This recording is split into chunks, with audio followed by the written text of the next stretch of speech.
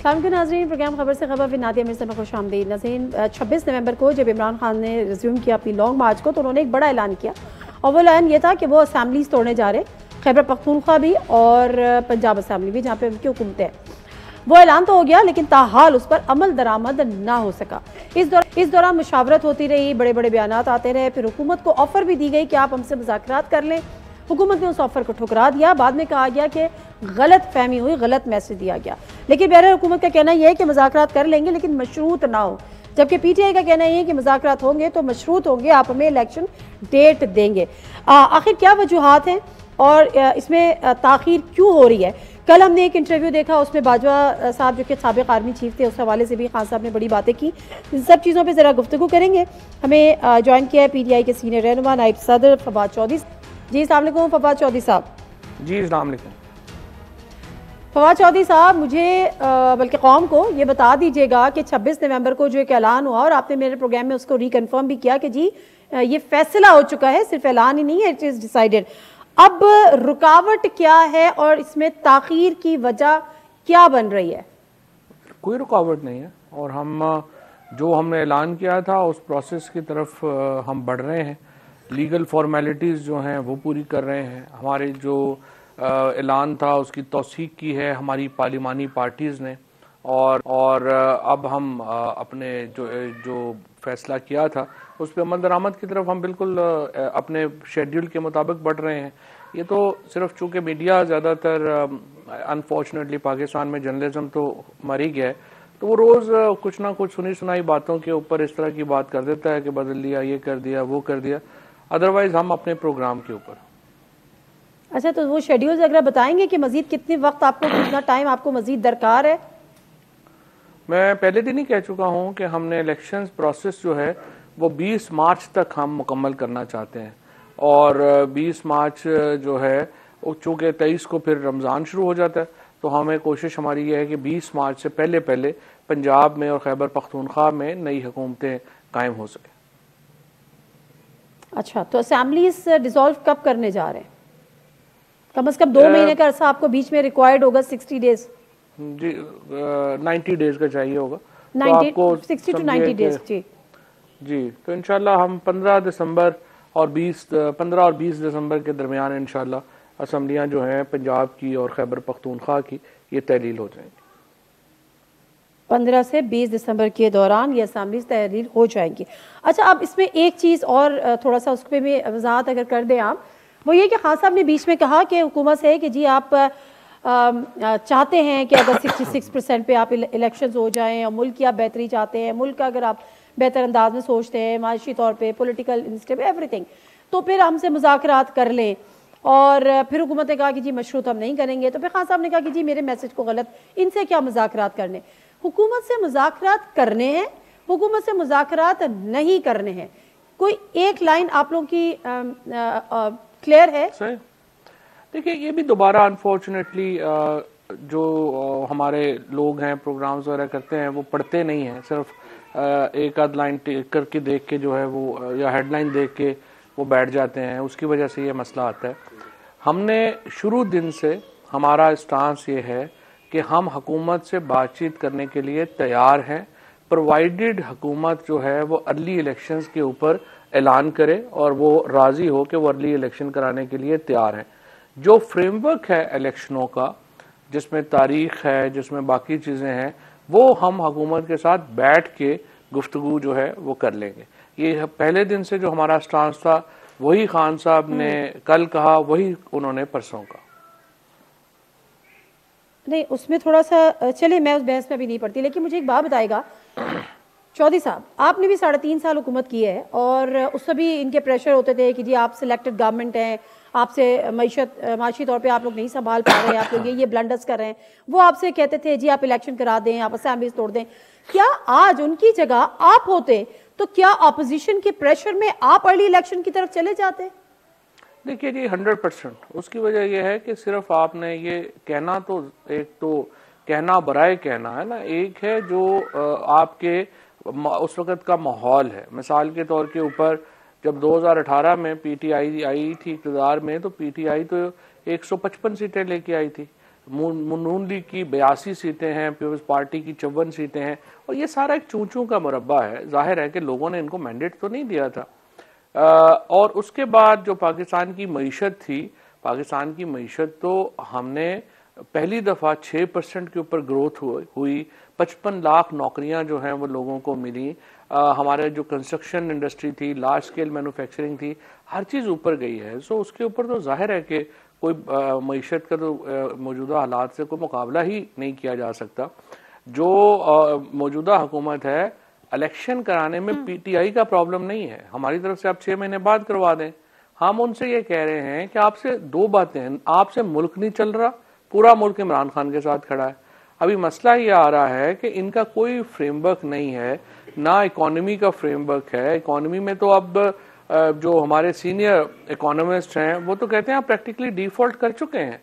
और इवन मिफ्ता इस्माइल जो खुद नून लीग के वजीर खजाना थे, उन्होंने कहा कि मुल्क डिफॉल्ट की तरफ जा रहा है। आज मुस्तफ़ा नवाज खोकर ने कहा मुल्क जो है वो डिफॉल्ट की तरफ बढ़ रहा है, और जो इंडिपेंडेंट इकोनॉमिस्ट हैं वो कह रहे हैं मुल्क डिफॉल्ट की तरफ बढ़ रहा है। आपके पास, इनके पास, हुकूमत के पास कोई फ्रेमवर्क नहीं है। जो गवर्नेंस का हाल ये है कि हमारी जो इस वक्त 52% टेररिज्म के केसेस में इजाफा हो चुका है। 250 लोग हमारे शहीद हो चुके हैं 7 महीनों में टेररिज्म में। और काबुल में आपने देखा, हम अपना सफारत खाना बंद करने जा रहे हैं। हमारी गवर्नेंस रोजाना की तबाह बर्बाद हो चुकी है, हमारी मईशत तबाह बर्बाद हो चुकी है, और कोई सोल्यूशन ही नहीं है। तो आप क्या करें, सवाए स्टेबिलिटी आपने मुल्क में लानी है। सिर्फ एक चीज तो ये कि उनके जो पीएमएलएन के जो वजीर खजाना है वो तो ये कह रहे हैं, मतलब साबिक जो है कि दिवालिया होने के करीब है या दिवालिया होने जा रहा है। आपने मुस्तफ़ा नवाज खोकर साहब की भी बात की, लेकिन जो आपके वजीर खजाना थे शौकत तरीन साहब, वो कह रहे हैं कि दिवालिया होने नहीं जा रहा। दूसरी बात, कल शाहिद खान अब्बासी साहब हमारे प्रोग्राम में थे, वो ये कह रहे हैं कि अगर आपने मुज़ाकरात करने हैं तो आप पार्लियामान में वापस आइए। अपोजिशन और गवर्नमेंट का एक फोरम पार्लियामान होता है, पार्लियामान में आके बैठिए, वहां हमसे मुज़ाकरात कीजिए, हम इलेक्शन पे बात करने को भी तैयार हैं। तो अगर आप जैसे मशरूत कर रहे हैं इलेक्शन की डेट से, और अगर वो मशरूत करते हैं आपके पार्लियामेंट में वापसी पे, तो ये इस पे कोई कंसिडरेशन हो सकती है चौधरी साहब? नहीं, बिल्कुल पार्लियामेंट में वापसी का कोई मसला नहीं है। अगर हुकूमत अर्ली इलेक्शंस की अनाउंसमेंट करती है तो फिर बाकी फ्रेमवर्क के लिए आप पार्लियामेंट में जो लेजिस्लेशन चाहिए, फॉर एग्जांपल इलेक्शन कमीशन को हम तब्दील करना चाहते हैं, फॉर एग्जांपल हमारे जो इलेक्टोरल रिफॉर्म्स हैं, उसके लिए इलेक्शन में हम पार्लियामेंट में जाने में कोई प्रॉब्लम नहीं है। लेकिन सिर्फ शर्त यह है कि इस वक्त हुकूमत जो है वो अर्ली इलेक्शंस के ऊपर आमादगी जाहिर करे, और उसके बाद बाकी बातें होंगी। अच्छा ठीक है, तो फिर यानी मशरूत मुज़ाकरात की पेशकश? जी जाहिर है, देखिए मुज़ाकरात किसी बात पे होने हैं ना। अगर हुकूमत कहती है कि नहीं इंतखाबात तो होंगे ही नहीं अर्ली, तो फिर आप बताइए मुज़ाकरात क्या होंगे? फिर तो बात खत्म। वो तो कहती है हमें मुज़ाकरात ही नहीं करने आपसे। आप क्यों चाहते हैं कि आप हुकूमत से मुज़ाकरात करें या हुकूमत आपसे मुज़ाकरात करे? आपने जो स्ट्रैटेजी अपनानी है, आपने असेंबली तोड़नी है, आपने नए इलेक्शन में जाना है, आप क्यों मुज़ाकरात का वेट कर रहे हैं? वो इसलिए नादिया, हम मुज़ाकरात इसलिए चाहते हैं कि नून लीग और पीपल्स पार्टी की लीडरशिप का तो एक दमड़ी भी पाकिस्तान में नहीं है। इन सब के तो पैसे बाहर पड़े हुए हैं, औलादें बाहर हैं, कुछ भी इनका पाकिस्तान में नहीं है, पाकिस्तान से इंटरेस्ट इनका नहीं है। वो तो सिर्फ अपने केसेस ख़त्म कराने आए थे, केसेस काफ़ी हद तक उनके ख़त्म हो गए हैं। अब सिर्फ वो डिले कर रहे हैं कि जो अपीलें फाइल करने का टाइम है वो भी गुजर जाए, और उनका तो सिर्फ इतनी हद तक लालच है। हमारा जो लालच है वो पाकिस्तान के साथ है। पाकिस्तान में स्टेबिलिटी होना ज़रूरी है, पाकिस्तान में इस्तेहकाम होना ज़रूरी है, और उसके लिए जो जो इक़दामात हम ले रहे हैं उस डायरेक्शन में। चौधरी साहब, मैं एक ब्रेक ले लूँ और ब्रेक से वापस आते हैं तो फिर गुफ्तगू को आगे बढ़ाएंगे।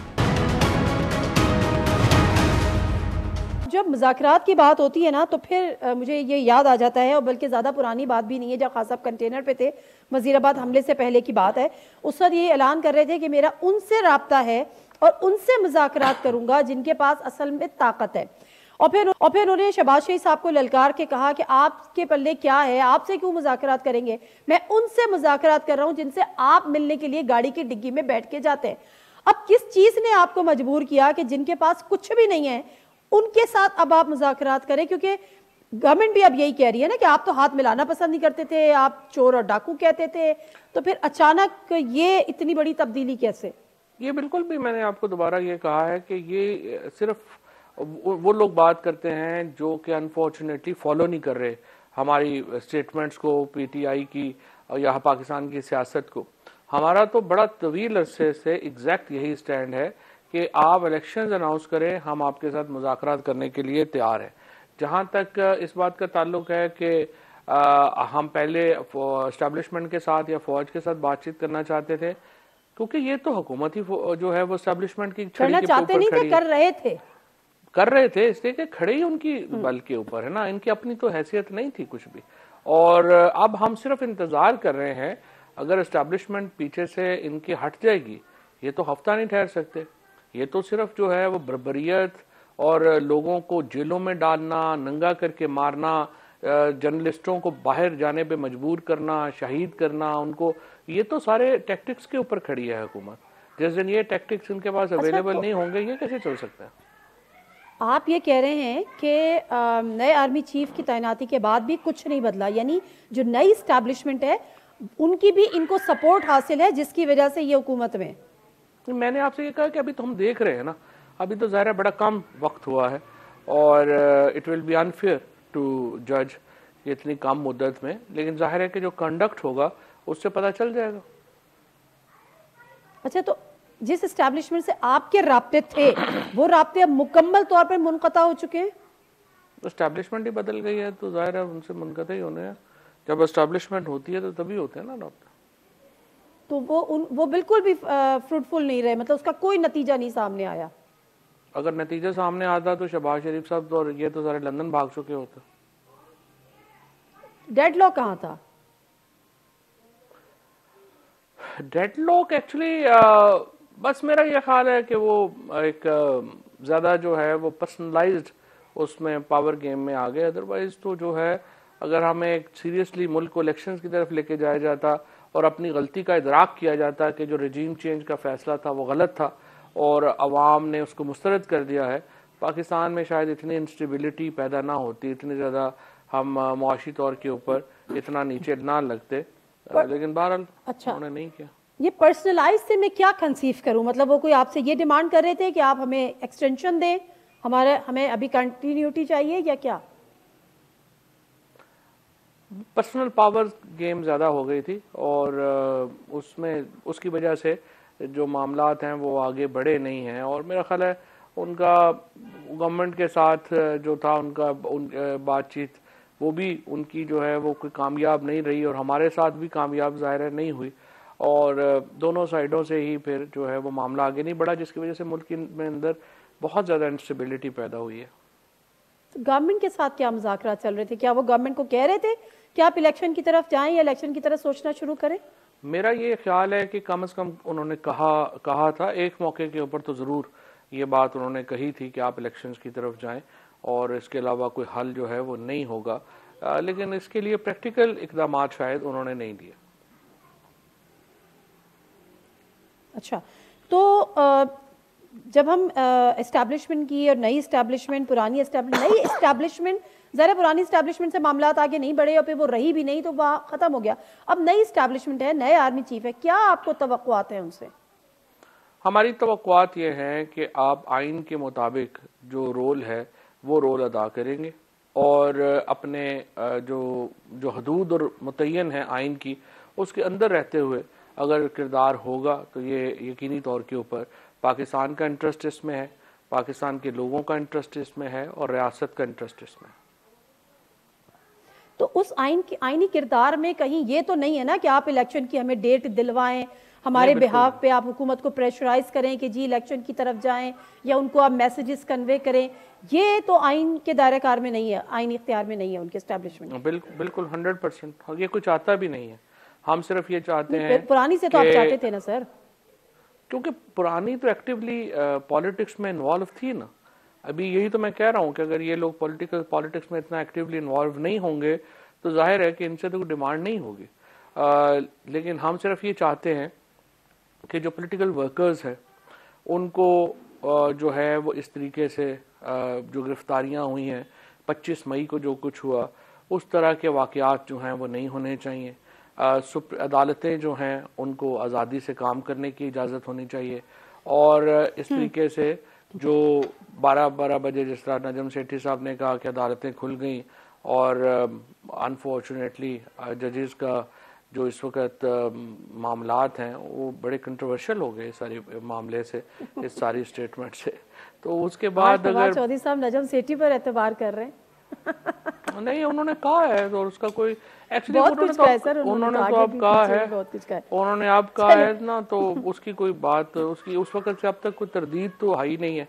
और दूसरी तरफ देखें ना, मैं आपको बताऊं कि देख जो सेनेटर्स हैं वो एहतजाज करते हैं। एक रजिस्ट्रार सुप्रीम कोर्ट का जो 20-21 ग्रेड का अफसर है, वो इलेक्टेड लोगों को बाहर खड़ा कर देता है और धमकी देता है कि आप अंदर आएंगे तो हम आपको गिरफ्तार कर लेंगे। और दूसरी तरफ जो है वो आप 12-12 बजे अदालतें खोल देते हैं। तो इस तरह से तो फिर जाहिर है आपके ऊपर क्या कॉन्फिडेंस होगा। अब लेट्स सी, वही वाली बात है कि वेट एंड वॉच कि नई एस्टैब्लिशमेंट है, नई चीजें हैं, किस तरह से होती है, आप बेहतर तौर पे बड़ा कीनली इसको ऑब्जर्व भी कर रहे होंगे। आप कल जो इमरान खान साहब ने इंटरव्यू दिया, उससे पहले असद कैसर साहब ने भी बात की कि जी जो साबिक आर्मी चीफ को एक्सटेंशन देना हमारी एक बहुत बड़ी गलती थी। उस पर ख्वाजा साद रफीक साहब ने सवाल ये उठाया है कि अगर ये आपकी एक बहुत बड़ी गलती थी तो उनको फिर दोबारा एक्सटेंशन आप ऑफर क्यों कर रहे थे, वो भी बकौल उनके गैर मुअय्यना मुद्दत के लिए। तो ये इसकी कुछ वजाहत करेंगे? पहली बात तो ये कि साद रफीक साहब तो खुद एक्सटेंशन देने वाले थे और उन्होंने तो खुद जो है उसमें वोट भी दिया। और मैं एक बात तो मैं समझता हूँ असद कैसर साहब को और साद रफीक को गलतफहमी ही है कि एक्सटेंशन जो है वो कोई सिविल हुकूमतें देती हैं, एक्सटेंशन ली जाती हैं, दी नहीं जाती। तो उन्होंने ले ली थी, बस ले ली, गन पॉइंट पे ले ली। नहीं, गन पॉइंट नहीं होगा, लेकिन बहरहाल एक जब आपका एक इतना बड़ा रोल हो। तो इमरान खान साहब इतने कमजोर वजीर आजम थे, आप कह रहे हैं? नहीं, इमरान खान ने तो नहीं एक्सटेंशन दी थी, एक्सटेंशन तो सारी सियासी जमातों ने मिलकर दी थी, तमाम सियासी जमातें। वजीर आजम कौन था सर? वजीर आजम कौन था? लेजिस्लेशन तो बाद में हुई है। नहीं, इमरान खान को कितने वोट मिले थे? इमरान खान को कितने वोट मिले थे और इस लेजिस्लेशन को कितने वोट मिले थे? चीजें नोटिफिकेशन तो उन्हीं के सिग्नेचर से नोटिफिकेशन निकलते हैं ना। वो तो निकलने तो वज़ीर आज़म ही के ऑफिस से होते हैं ना। हाँ एग्जैक्टली, तो वो तो आपने पहले निकाल दिया था, बाद में तो मामला जब सुप्रीम कोर्ट पहुंचा उसके बाद आप लोगों को लेजिस्लेशन करनी पड़ी। नहीं, इस तरह ही होता है ना। आप तो खुद बेचारी डॉन में आप काम करती हैं, आप यहाँ पे देखें ना, आप अपने जो आपको फोन आता है आप उसके मुताबिक अमल करती हैं। आपकी कभी कोई आजादी थोड़ी नहीं आता। नहीं, बिल्कुल आजादी है, 101% आजादी है। नहीं, कोई आजादी नहीं है। आपका बड़ा बुरा हाल है, आपका बड़ा बुरा हाल है। ऐसे बातें ना किया करें। आपने अभी तक अरशद शरीफ की शहादत पे एक प्रोग्राम नहीं कर सकी, उसके बाद आपकी जो जरूरत नहीं है कि आप एक्सपोज कर सके, आपकी जरूरत नहीं है। आप अभी आजम सवाती पे प्रोग्राम करो ना कल, और बताओ कि किस तरह से उनके साथ आजम सवाती का इंटरव्यू करें जरा जाके। नहीं, आप जाके करें, उनसे इंटरव्यू करें। सुन लेना, ऐसे जो है ना वो बंदे को वो बात करनी चाहिए जो आप कर सके, और बजाय इसके नहीं वो अरशद शरीफ के ऊपर भी आपका कोई प्रोग्राम नहीं था। अभी एवं मम्मी डैडी का प्रोग्राम था, कुछ भी नहीं था उसमें। ओहो, कुछ नहीं था, वो तो ऐसे ही था ना, वो ऐसे ही प्रोग्राम होता। आप नहीं उस पर कर सकते। ऐसा नहीं था, फुल नहीं, मैंने देखा हुआ है, कोई प्रोग्राम नहीं था, बिल्कुल फारग था, और इस तरह ही होता है। मैं समझता हूँ मजबूरी है। कल अभी बेचारे उसने आपने वो देखा है। कल बात तो सुनो ना, कल अभी आपने वो बेचारे की सुनी है ना स्टेटमेंट। बात तो सुन लेना। हाँ, मैंने देखा हुआ, तो मैंने देखा हुआ है। आपने जो प्रोग्राम, मैं आपको बता रहा हूँ, आपके जो सारा प्रोग्राम आपका देखा है, बिल्कुल ऐसे ही वो अपना होम्योपैथिक टाइप प्रोग्राम आपका था। कुछ उसमें कुछ भी नहीं, छोड़ दो। अच्छा, मेरी बात तो सुन दो ना, मेरी बात सुनो, ये रिलेवेंट है, छोड़ दो। ऑब्वियसली हमें पता है आप नहीं है, हमें पता है आप नहीं है आजाद, हमें पता है आपकी मजबूरियां हैं, हमें पता है आपका बड़ा बुरा हाल है। अच्छा, मेरी बात सुन लेना, आपकी जो फॉर एग्जाम्पल कल उन्होंने हमारे जो बलूचिस्तान के MNA उन्होंने पूछा कि आप क्यों अलहदा हुए थे। उन्होंने कहा यार आप मुझे भी वो जो है वो आजम सवाती वाला हाल मेरा कराना चाहते हो। तो ये देखें, ये यहाँ पे प्रॉब्लम्स हैं, यहाँ पे ये आप ये कहना। हाँ ठीक है, कल मेरे प्रोग्राम में सिर्फ मैं आपकी नॉलेज में ला रही हूँ, पुराना प्रोग्राम अगर आपने देखा होता तो एक गैस जरूर बता देते, खैर आपकी मर्जी है। कल शायद खाकान अब्बासी साहब थे मेरे प्रोग्राम में और मैंने अरशद शरीफ साहब की तहकीकाती रिपोर्ट का उनसे बारहा जिक्र किया कि आप पब्लिक क्यों नहीं करते। वो मेरे प्रोग्राम में ये बात कहकर उठे हैं कि मैं अपनी हुकूमत से मुतालबा करता हूं ताकि तहकीकाती रिपोर्ट को पब्लिक होना चाहिए, फौरी तौर पर पब्लिक करें। एक बात कम से कम हम ये बात कर रहे हैं। दूसरी बात, मैं आपको बड़ा कैटेगोरिकली ये बताऊं कि ना मुझे कोई टेलीफोन कॉल्स आती है और ना मुझ पर कोई प्रेशर है। अगर आप चाहेंगे तो मैं आपको ये हल्फन भी ये बात चले, जब आप आजम सवाती का इंटरव्यू करेंगे मुकम्मल जाके वहाँ पे जेल में और वहाँ कचलाक जाके, तो जेल में तो मैंने किसी के भी इंटरव्यूज आज तक जाके नहीं किए। जेल में किसको इंटरव्यूज की एक्सेस होती है, तो ये बात तो खैर छोड़ दें। अब आपके पैरामीटर से आगे चलते हैं। ठीक है, फवाद साहब को आपको लिंक भेज दिया जो हमने अरशद शरीफ साहब पे प्रोग्राम किया था, वो आपको लिंक मेरी टीम ने वो मैंने देखा हुआ है, वो होम्योपैथिक सा प्रोग्राम है, कोई खास सर आपको एक गैस नहीं पता, आगे चलते हैं, हमारा टाइम जाया हो रहा है। मैं सिर्फ ये कह रहा हूँ कि पाकिस्तान के अंदर कुछ रियलिटीज हैं, उन रियलिटीज के साथ ही आपने जो है वो अपना सिस्टम चलाना होता है, निज़ाम चलाना होता है। और रियलिटीज ये है कि हमारे यहाँ जो नॉन इलेक्टेड इदारे हैं उन्होंने बहुत ज्यादा ट्रांसग्रेस किया हुआ है पावर के अंदर, और जब तक वो एक फैसला नहीं करते, वो तो ताकतवर है, मेरे और आपके कहने पे तो जाहिर है उन्होंने अपनी पॉलिसी नहीं ना बदलनी है, तो उन्होंने देखना है कि हमने देखना यह है कि पिछले 75 साल में जब पाकिस्तान आजाद हुआ है तो हम पाकिस्तान कहाँ खड़ा है और पाकिस्तान के साथ आजाद होने वाले ममालिक कहाँ खड़े हैं और हमारा फ्यूचर क्या है, फ्यूचर में भी आप देख लें। तो ये तो एक लंबी डिबेट है जो एस्टेब्लिशमेंट के विद इन होनी चाहिए, उन्हें खुद सोचना चाहिए, क्योंकि मेरे आपके कहने से तो फर्क नहीं पड़ेगा। बिल्कुल ठीक है, मैं आगे थोड़ा सा बढ़ती हूँ। अब मैं जब आपसे बात करो तो जाहिर सी बात है, आप पीटीआई से बात करो तो आप तो वो अपने सूरत हाल बताते हैं कि किस तरह से कौल खान साहब ने बड़ा ओपनली बताया कि जी क्या क्या मेरे साथ होता था, किस किस्म की गलत बयानी से काम लिया जाता रहा, मिसट्रस्ट हुआ एंड एवरीथिंग। लेकिन मसला ये है कि जो बातें आज आप कर रहे हैं वो बातें 2018 में 2017 में जब नवाज शरीफ साहब को पनामा केस से बाहर किया था तो एग्जैक्टली यही बातें वो भी कर रहे थे। वो आपको लगता है कि जो पनामा केस था और जो आज नून लीग बात करती है उसमें भी एस्टैब्लिशमेंट का कोई रोल था? पनामा केस तो एक्चुअली हुआ ये था कि वो केस कोई पाकिस्तान में किसी लोकल मीडिया ने तो नहीं उसको डाला था, वो तो एक इंटरनेशनल स्कैम था जिसके बाद वो आया था, और फिर भी 3.5 साल लग गए उसके फैसला होने में, और सुप्रीम कोर्ट के 4 डिफरेंट बेंचेस जो हैं उन्होंने उस केस को देखा और उसके बाद जो है वो उन्होंने वो इस फैसले के ऊपर पहुंचे। और अनफॉर्चुनेटली अभी फिर उस केस में जो है वो मरियम नवाज का, जिसका रोल बिल्कुल वाजे है, वो मालिक है, उसको हमने कहा वो ना सिर्फ ये कि वो बरी हो गया, नैब उसके खिलाफ जो है वो अपील में ही नहीं जा रहा। आप अंदाजा लगा लें किस तरह का सिस्टम है। सो नवाज शरीफ की जो निकाला जाना था वो एक इंटरनेशनल स्कैम के नतीजे में। चौधरी साहब एक सेकंड, मुझे एक ब्रेक लेना है, ब्रेक के बाद वापस आती हूँ, तो यहीं से हम अपनी गुफ्तगू का आगाज करेंगे। जी नाज़रीन, welcome back to the show. तो वो जो नैरेटिव था, जो बड़ा पॉपुलर नैरेटिव था, और आज भी पीएमएलएन कहती है कि ये जहन साजी तो हमने की थी, आप तो इसको पका पकाया खा रहे हैं, वोट को इज्जत दो वाला नैरेटिव, आपको लगता है वो दुरुस्त था सिविलियन सुप्रीमेसी का? देखिए, सिविलियन सुप्रीमेसी का नैरेटिव जो है वो तो पाकिस्तान में फातिमा जिन्ना के दौर से चल रहा है। नवाज शरीफ साहब तो अभी सियासत में जो हैं वो तो उनको तो लेके ही एस्टेब्लिशमेंट आई थी, वो तो उनकी तो कोई रोल ही नहीं है सिविल सुप्रीमेसी के लिए।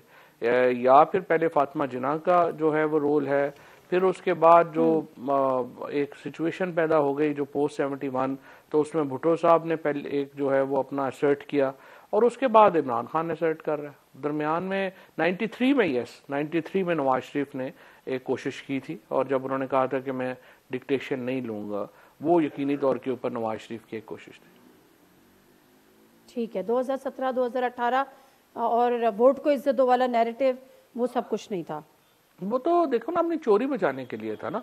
देखें, ये जो अब हुआ इनके साथ मामला, वो तो बिल्कुल सीधी जो था वो इन्होंने जो सारा मैनिपुलेट किया है अपने केसेस के लिए किया है। 1100 अरब रुपए का नैब की जुरिडिक्शन खत्म करके आप देखें कि किस किस को फायदा हुआ। सबसे ज्यादा शहबाज शरीफ को फायदा हुआ, followed by Nawaz Sharif, followed by Asif. इन 2 खानदानों ने अपने आप को इन सारे मुकदमों से बचाने के लिए ये सारा मामला किया। इसमें सिविल सुप्रीमेसी का क्या ताल्लुक? चलें, आप सिविल सुप्रीमेसी के हक में हैं? बिल्कुल, सिविल सुप्रीमेसी का तो कॉन्सेप्ट जो है वो तो जमहूरियत के साथ ही है। अगर आप जमहूरियत के हक में हैं तो फिर आप सिविल सुप्रीमेसी के हक में हैं। नहीं, हमारे यहाँ तो आपको पता है ना, मिक्सचर है ना, मिक्स अचार है। जमहूरियत भी चल रही होती है, पार्टीज में जमहूरियत नहीं होती है, प्लस ये बात बिल्कुल सही। खुद आप बता रहे हैं ना, देखिए खान साहब खुद बता रहे हैं अब कि हुकूमत वो चलाते थे, मैं उनको ये कहता था, वो मुझे करने नहीं देते थे, वो करप्शन के केसेस चलने नहीं देते थे, वो नैब के फैसले होने नहीं देते थे, तो ये तो सिविलियन सुप्रीमेसी नहीं थी। तो खान साहब ने उस वक्त बहैसियत वजीर आजम, अगर उस वक्त खान साहब ये स्टैंड ले लेते और सिविलियन सुप्रीमेसी का जो एक आज वो जो बात कर रहे हैं उस वक्त अगर कोई एक्शन ले लेते तो फिर तो मेरा ख्याल है कि एक सुनहरी उरूफ में उनका नाम लिखा जाता आज। तो आपका क्या ख्याल है कि ये स्टैंड लिए बगैर ही आज हम सड़कों पे हैं? जाहिर है वो स्टैंड की वजह से आप बाहर निकलते हैं। आप खान साहब को तो आखिर तक पता ही नहीं चला, उनको तो वो कहते हैं मुझे तो कुछ बताया ही नहीं, मुलाकातें करते रहे, यहाँ तक कि खान साहब को उनको ऑफर देनी पड़ी कि जी अगर आप एक्सटेंशन के चक्कर में हैं तो मुझसे एक्सटेंशन ले ले, हम आपको एक्सटेंशन देने को तैयार है। तो ये कौन सी सिविलियन सुप्रीमेसी की जंग हो गई? नहीं, वो तो सीरीज ऑफ इवेंट्स है ना, सीरीज ऑफ इवेंट्स है ना। उस सीरीज में कई चीजें हुई हैं, कई जगह के ऊपर जो है वो स्टैंड हुआ, कई जगहों के ऊपर इश्यूज हुए, तो उस वजह से ही जो है वो आप होता है। यही तो मैंने आपसे ये कहा है कि देखें एस्टेब्लिशमेंट ने फैसला करना है, और मैं ये सिर्फ मिलिट्री एस्टेब्लिशमेंट भी नहीं, जुडिशियल एस्टेब्लिशमेंट, मैं तो समझता हूँ इनको अंदर अपने कम से कम ये डिबेट करनी चाहिए कि पाकिस्तान को आगे चलाना कैसे है। देखिए यहाँ पे 28 साल के 66% बच्चे हैं जिनके पास नौकरियां नहीं हैं, जिनके पास मामला जिनसे नहीं चल रहे, और यहाँ बंद कमरों में फैसले होते हैं, और जिसकी वजह से पाकिस्तान एक बहुत बड़े पॉलिटिकल क्राइसिस में है, और that is leading to an economic crisis. तो ये फ्रैंकली ये तो इन दोनों इंस्टीट्यूशंस ने बैठना है और अपने फैसले करने हैं कि ये कैसे इस मुल्क के बारे में सोचते हैं, आगे कैसे जाना चाहते हैं। ये बिटवीन पता नहीं अब ये कब ये डिबेट शुरू करते हैं, but I think this is a fundamental debate for these two institutions. बिल्कुल फंडामेंटल डिबेट है और ये होनी भी चाहिए। अच्छा, आप वैसे कल इंटरव्यू में बाजा साहब के लिए इतनी बातें उन्होंने की, बहुत सारी की, लेकिन वो तो बड़े आपके मोहसिन भी साबित हुए ना। खुद मोनिस इलाही ने कहा कि उन्होंने उनको कहा कि जी आप पंजाब में इनके साथ चले जाओ, और अगर बाजवा साहब नहीं कहते और मोनिस इलाही साहब को, मोनिस इलाही उनका हुक्म नहीं बजा लाते तो आज आपके पास पंजाब हुकूमत नहीं होती। तो बाजवा साहब तो आपके मोहसिनों में से हैं। नहीं, बाजवा साहब ने बहुत जो है वो आउट ऑफ वे कई जगहों के ऊपर बड़ा मदद की है, कोई शुबा ही नहीं।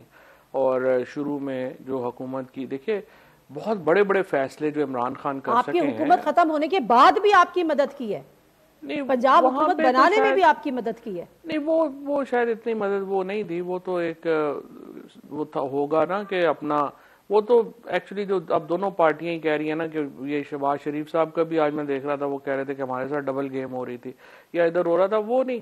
लेकिन मैं समझता हूँ कि जैसे अफगानिस्तान की पॉलिसी थी, उसके ऊपर जो इमरान खान का पॉइंट ऑफ व्यू था वो तो बड़ा ट्रेडिशनल पॉइंट ऑफ व्यू से बड़ा मुख्तलिफ था, लेकिन पाकिस्तान का point of view shape up करने में जनाब बाजवा साहब ने बिल्कुल जो है वो मदद की, और उसको जो है वो हमें एक पॉलिसी मिली। और बाकी रूस का दौरा जो था उसको वो ना ही हो सकता था अगर एस्टेब्लिशमेंट की सपोर्ट जो है वो हासिल ना होती। सो कई जगहों के ऊपर, बड़ी जगहों के ऊपर जो है फिर टू गिव बंदे पूरे करने में, बजट में, दीगर में, वो तो देखे ना, वो जो पार्टियां आती हैं जो उनकी मदद से आती हैं वो तो फिर उनकी सुनती है ना, वो तो जाहिर है उसने, वो तो फिर आप ये भी कह सकती हैं अगर आरटीएस में हमारे तकरीबन 25 उम्मीदवार थे जो 5000 वोट से कम से हारे, तो अगर हम ये उस वक्त हमारी पार्टी के अंदर तो बड़ी स्ट्रांग ये पॉइंट ऑफ व्यू है कि अगर एस्टेब्लिशमेंट हमें वो 25 सीटें ना हराती तो हम एक सिंगल मेजॉरिटी पार्टी होते और हमें जरूरत ही ना होती किसी कोalition की। ये तो पॉलिटिकल अच्छा, आप ये कह रहे हैं कि जो आरटीएस बैठा था वो आपको सिंगल मेजॉरिटी ना दिलाने के लिए बैठा था? बिल्कुल 100%, क्योंकि हमने बाद में पूछा इनसे, नून लीग वालों से, कि आपके कौन से हलके हैं जिन पे आप कह रहे हैं कि आरटीएस बैठा और इसकी वजह से आप हार गए। ये 2 साल एक भी हलका नहीं बता सके कि कहाँ पे धांधली हुई है, कि उनके ख्याल में क्या हुआ। हमने 25 सीटें सामने रख दी कि ये देखें। ठीक है।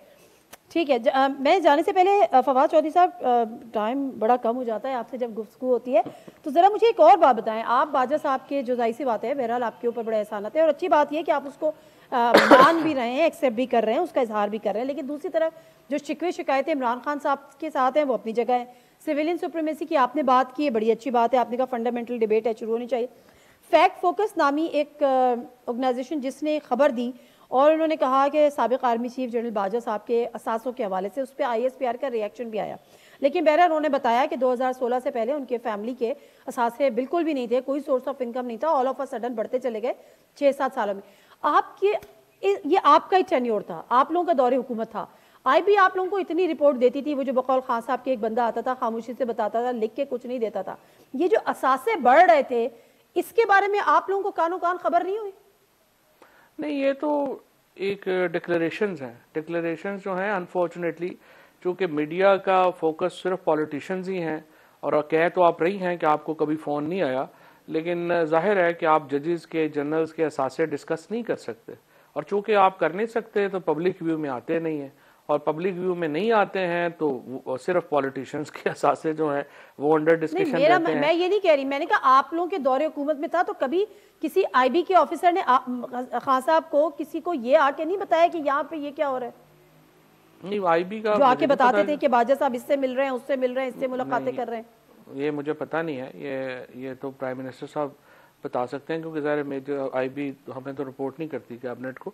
दूसरी बात ये है कि जो असासे हैं या डिक्लेरेशंस हैं, ये अंडर द लॉ ये पब्लिक नहीं होते, और इसको जो है वो पब्लिक नहीं किया जाता। अगर मुझे यकीन ये है कि अगर आप सिविल ब्यूरोक्रेट्स के, जजेस के और जनरल्स के असासे जो हैं उनको भी ऐसे ही डिक्लेयर होना चाहिए जैसे सियासतदानों के होते हैं, ताकि ये डिबेट ख़त्म हो और एक पता चले कि कौन कहाँ पे कैसे बैठा है, क्योंकि सारा फोकस जो है वो पॉलिटिशियंस के ऊपर है, और ये जो 3 हमारे बड़े तबके हैं जो अनइलेक्टेड हैं उनके ऊपर ये फोकस नहीं है, जो कि मैं समझता हूँ कि बड़ा अनफॉर्चुनेट। बिल्कुल ठीक है, बहुत शुक्रिया फवाद चौधरी साहब। और गुफ्तगू कर रहे थे फवाद चौधरी साहब से। मेन सवाल बेसिकली यही था कि असेंबलीज तोड़ने का ऐलान तो हो गया, अमल दरामद कब होगा? अमल दरामद चौधरी साहब ने बता दिया है कि 15 दिसंबर से 20 दिसंबर के दौरान किसी भी दिन असेंबलीज को तोड़ा जा सकता है और फिर नए इलेक्शन की तरफ जाएंगे, जिसमें मार्च के आसपास वो एक्सपेक्ट कर रहे हैं कि पंजाब असेंबली और KP में इलेक्शंस हो जाएं। प्रोग्राम से नादिर मिर्जा को इजाज़त दीजिए, अल्लाह हाफ़िज़।